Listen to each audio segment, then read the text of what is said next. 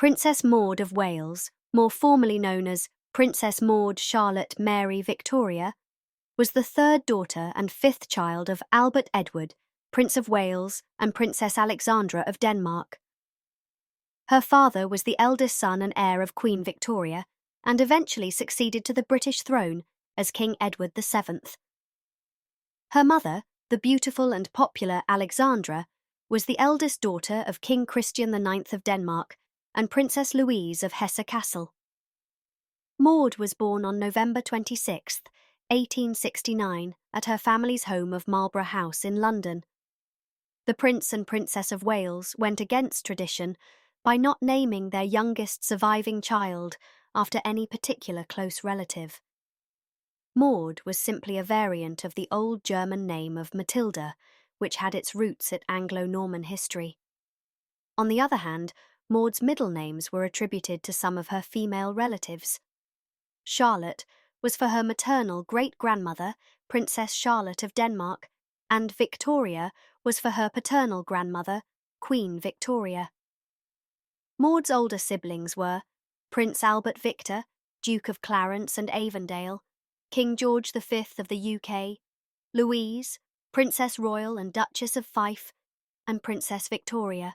Maud and her sisters, who all inherited their mother's auburn hair, grew up in a sheltered and protected environment as a result of their possessive mother's smothering love and an obsessive longing for her daughters to remain dependent on her, as well as physically and emotionally close to her.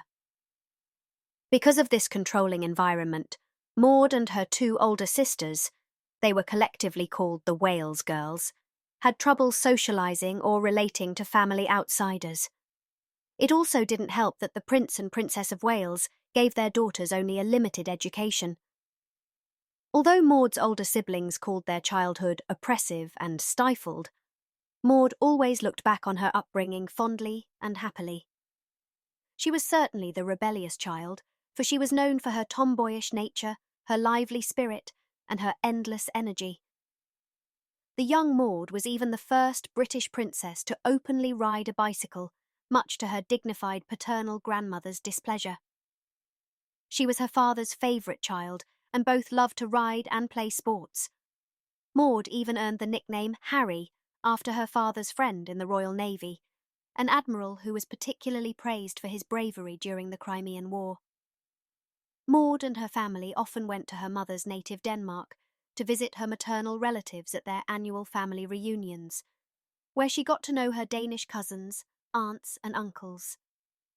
Though she was close to her own parents and siblings, she was not very fond of her Danish family, particularly her first cousin Prince Carl of Denmark, the son of the future King Frederick VIII, and Princess Louise of Sweden. Carl, who was 3 years Maud's junior, was viewed by his British cousin as immature. Also, when the Wales family travelled to Copenhagen, they sometimes journeyed to Norway and the Mediterranean on cruises. When Maud was in her teenage years, she fell in love with the elder brother of her sister-in-law, Mary of Teck. Prince Francis of Teck, who was just 1 year Maud's junior, was fairly depleted in terms of money from his growing gambling debts, and although he could have benefited by marrying Maud because of her status, he had no interest in her and spurned her flirtations. Maud was almost enamoured with Grand Duke George of Russia, a grandson of Tsar Nicholas I, for a brief period of time, but nothing came of this young crush. But, surprisingly enough, Maud found love in her immature and daft Danish cousin, Prince Carl of Denmark, who had fallen in love with her in 1892. She eventually warmed up to him, finding him to be less childish than she believed, and the two bonded over a mutual love of bicycling. In 1895, Carl proposed to Maud, and she accepted. The couple knew that since Carl was unlikely to ever wear the Danish crown, since he was only the second son of his father, the two could live peacefully and quietly in Maud's home of England. However, there was some hesitation in both the British and Danish royal families regarding the union, since the two were so close in blood, and Carl's mother had desperately wanted him to marry Queen Wilhelmina of the Netherlands. But ultimately, Both Maud and Carl's families did agree to the wedding, and the couple was quickly married on July 22nd, 1896, in the private chapel of Buckingham Palace.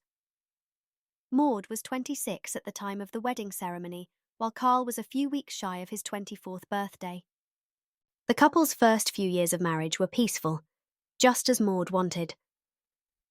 They stayed out of the spotlight in their honeymoon residence of Appleton House on the Sandringham estate, a country house Maud's father had given her as a wedding gift. Maud was so hesitant to leave England and her family that she and Carl were still residing in Appleton House 5 months after the wedding. Eventually, the newlyweds did pack up in December of 1896 for Carl's home of Denmark, as he had to perform his duties as an officer in the Danish Navy, where they settled down at the Bernstorff Palace in Gentofte, not too far from Copenhagen.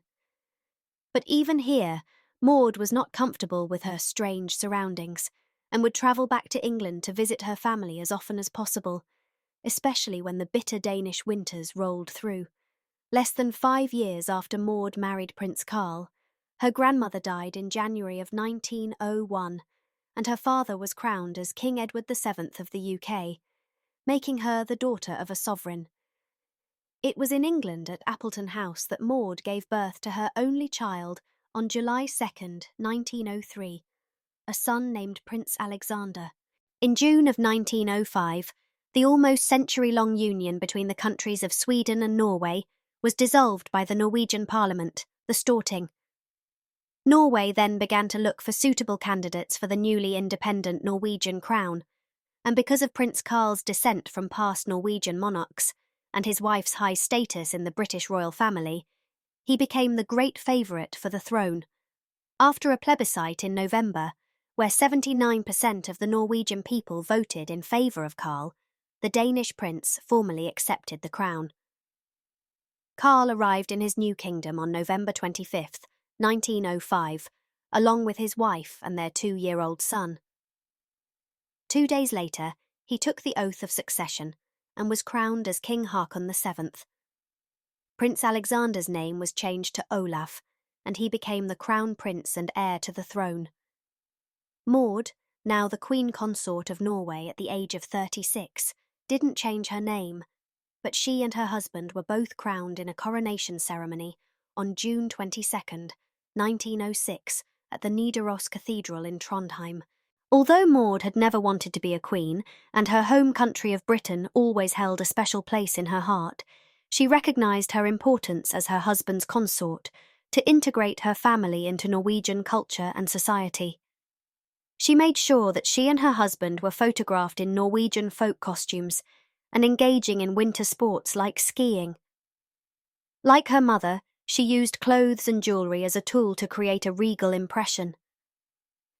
Though Crown Prince Olav was raised as though he were a native Norwegian, Maud always remained firmly British and actually never became truly fluent in the Norwegian language.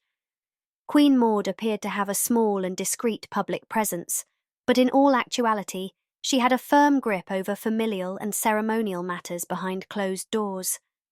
The people loved her for her dignified persona, friendly nature, and sophistication when it came to high fashion and style. The warm yet bashful Maud disliked some of the luxuries of being queen, but she performed all her royal duties with grace, efficiency, and care. She always made sure that she visited England every year and would constantly stay in Appleton House during these annual trips. She was said to be a forceful and dominant person within the royal court, with a less visible public role, but overall, she was known as a humorous, friendly, and energetic woman to her family and close friends.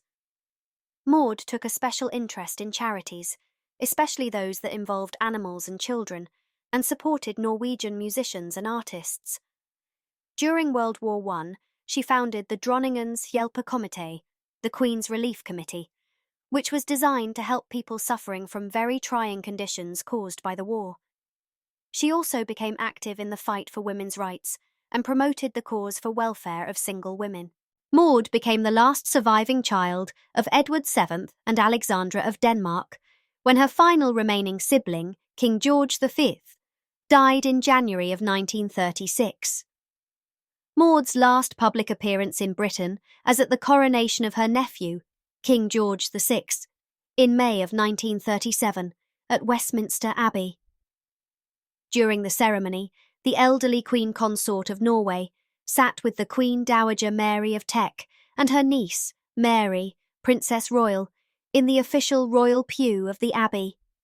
In October of 1938, Maud came back to England for another one of her habitual visits, but during her stay at a London hotel, she fell ill and was taken to a nursing home where doctors had to perform an abdominal surgery on her on November 16th. Her husband hastened to England to be by his ailing wife's bedside. Although she lived through the operation, Maud suddenly and unexpectedly died of heart failure at her English home of Appleton House on November 20th, 1938, 6 days before her 69th birthday.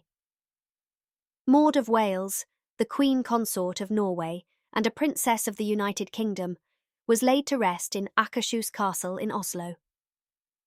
Her husband survived her by almost 19 years before his own death on September 21st, 1957 at the age of 85, after which he was buried beside his wife.